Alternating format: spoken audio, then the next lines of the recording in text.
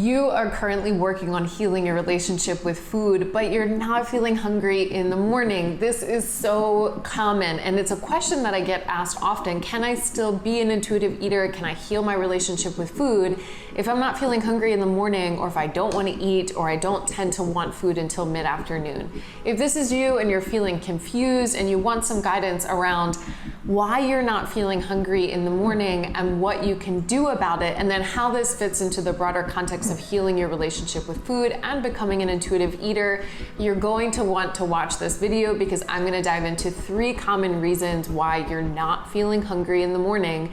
And then I'm going to offer you 3 things that you can do to resolve those challenges and those things that come up for us that can impact our ability to both connect to our hunger cues and also just for our body to produce hunger cues, period, in the morning. But before we dive into things, if you're new here, my name is Catherine Metzler. I'm a registered dietitian, certified intuitive eating counselor, here to help you create peace with food and your body so that it takes up less headspace and steals less life from you, so that you can live your life with more joy, abundance, freedom, and pleasure.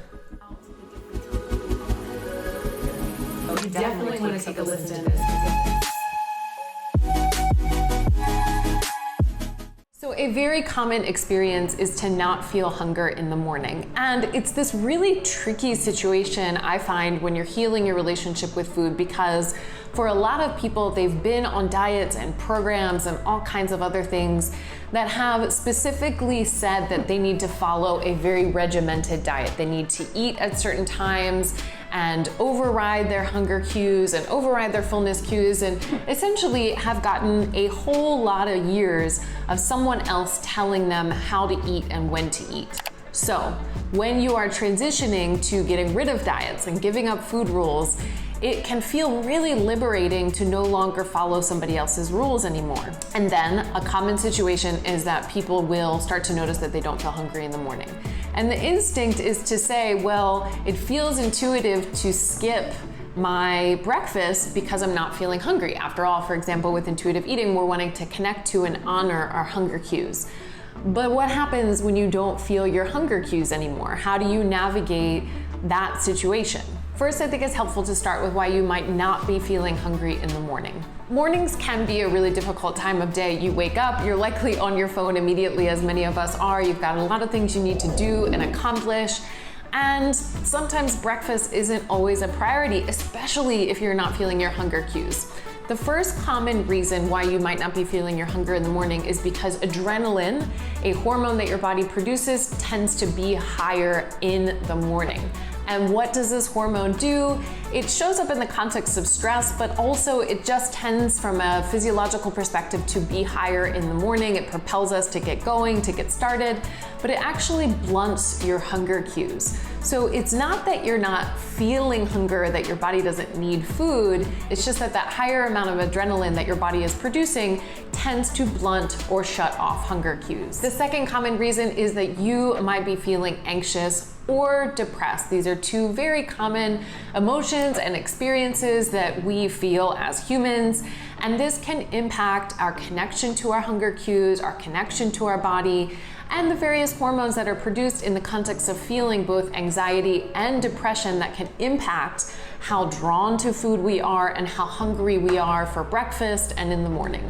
And the third reason is that you are feeling disconnected from your hunger cues. It is very common after years of dieting and restricting your food intake that you become disconnected from your hunger cues. In fact, I would argue that a lot of diets and lifestyle programs and other things that are recommended in our dieting culture encourage you to be disconnected from your body and tell you that there's another expert that knows better than you do and you need to listen to them.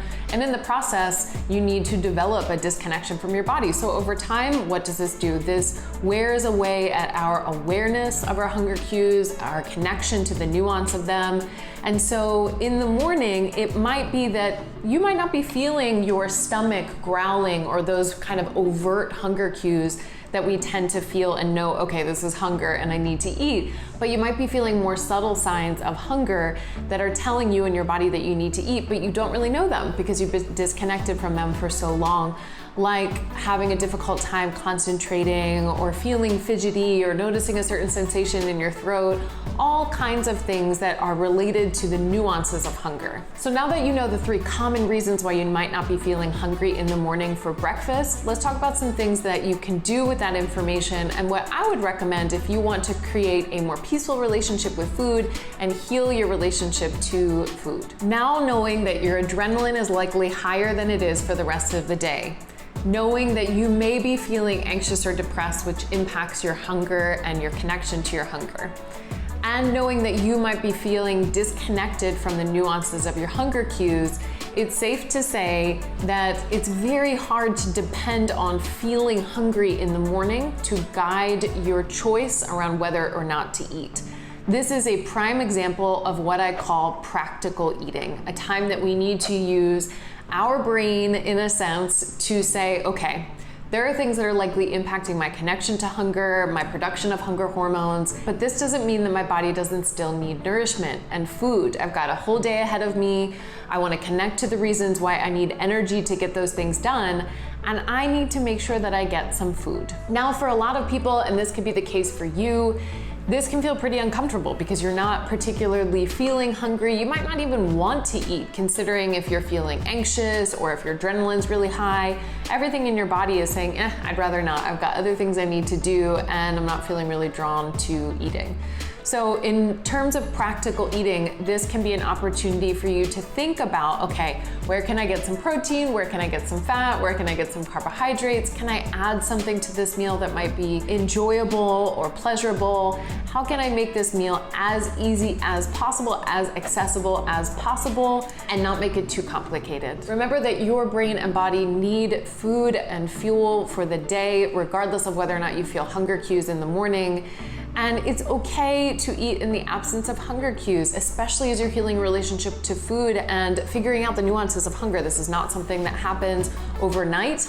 And even so, for example, for me as a seasoned clinician and practitioner and somebody who has healed their relationship with food and recovered from disordered eating, I don't feel hungry in the morning. I can't connect to my hunger. I don't often want to eat, but I do it anyway. And I use my practical eating skills in order to make sure that I have fuel and nourishment for the day. Lastly, in all of this, if you are wanting to become an intuitive eater, make sure that it's not turning into the hunger fullness diet, as I like to say. So trying to get hunger and fullness just right, telling yourself you can only eat when you're feeling the right kind of hunger and you can only stop at a certain level of fullness, that there is so much nuance to working on healing your relationship with food and becoming an intuitive eater. And there are going to be times that you're going to eat in the absence of hunger. One of them might be the morning time for you, and that is okay. It is okay, and it does not mean that you are not an intuitive eater or that you're not healing your relationship with food if you're eating in the absence of hunger. It's often needed in the morning time. And remember that if you've been dieting or following other people's rules around how to feed and nourish yourself, it might feel uncomfortable because it can feel like you're following another rule or what somebody else has to say. Generally, keep in mind that within the first 2 hours of waking, that's when we want to aim to be eating. If you like this video, give it a like, subscribe to my channel, check out the free resources that I have for you below, and I will see you back here next week.